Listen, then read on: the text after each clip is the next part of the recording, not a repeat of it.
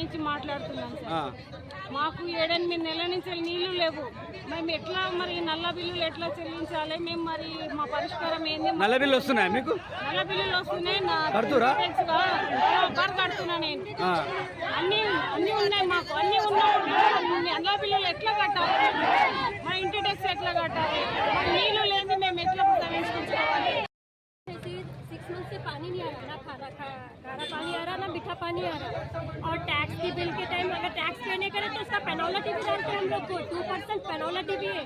फिर पेनल्टी लेना बराबर है। फिर हम लोग को जो नीड से हम लोग ये नहीं बोल रहे कि अगर वाटर बिल भी आया तो हम लोग पे करने रेडी है, पर हम लोग को पहले पानी दियो, उसके बाद हम लोग बिल भी इश्यू करे तो हमको प्रॉब्लम। बिल पे नहीं कर रहे अब हम लोग को नहीं है, हम लोग को बिल ही नहीं है। अगर हम लोग रेडी है, we are ready to pay the bill, but they are not sanctioning water.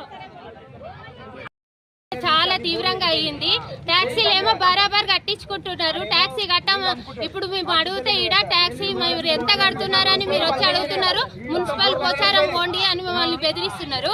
ఇక్కడికి వస్తే మరి మా పరిష్కారం ఎవరు తీర్చాలి? మేము కంప్లైంట్లు ఇచ్చొచ్చినాము, అయినా పట్టించుకుంటారు. ఎక్కడ మీరు పరిష్కరించుకోండి, మీరు ఏం చేస్తారు, ఎక్కడ చేస్తారు పోయి చెప్పుండ్రి. పెద్ద మనుషులను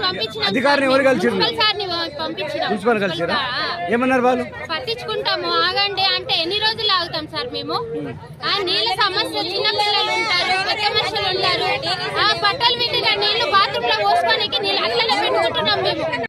బండ్లు లేని వాళ్ళు ఎట్లా తెచ్చుకుంటారు? బండ్లలో బియ్యం అని తీసుకొని వస్తారు. మరి బండ్లు లేని వాళ్ళు చేత ఎట్లా తెచ్చుకోవాలి? వాళ్ళ పరిస్థితి నీళ్ళు అయితే 5 నెలలు అయిపోయాయి. నీళ్ళ బాధలు దేనికైనా మీరు కాలనీ వాళ్ళ ఈ ఊరు వాళ్ళ ఏ కాలనీ? జీప్ కాలనీ మాది. 80 గజాల కాలనీ.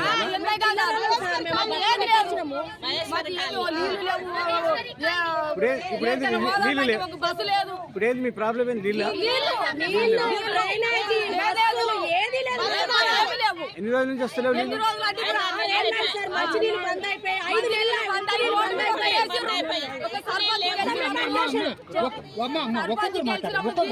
గెలిచినప్పుడు రోడ్డు మీద వేసిండు.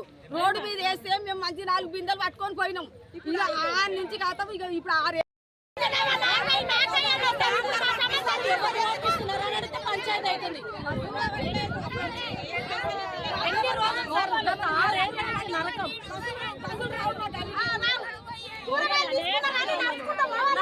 2 కిలోమీటర్లు నడవాలి.